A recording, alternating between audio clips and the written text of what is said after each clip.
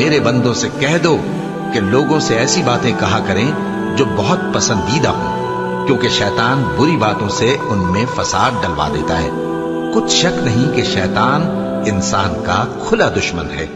تمہارا پروردگار تم سے خوب واقف ہے، اگر چاہے تو تم پر رحم کرے یا اگر چاہے تو تمہیں عذاب دے۔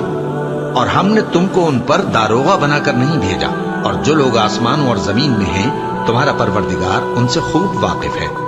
اور ہم نے بعض پیغمبروں کو بعض پر فضیلت بخشی اور داؤد کو زبور عنایت کی۔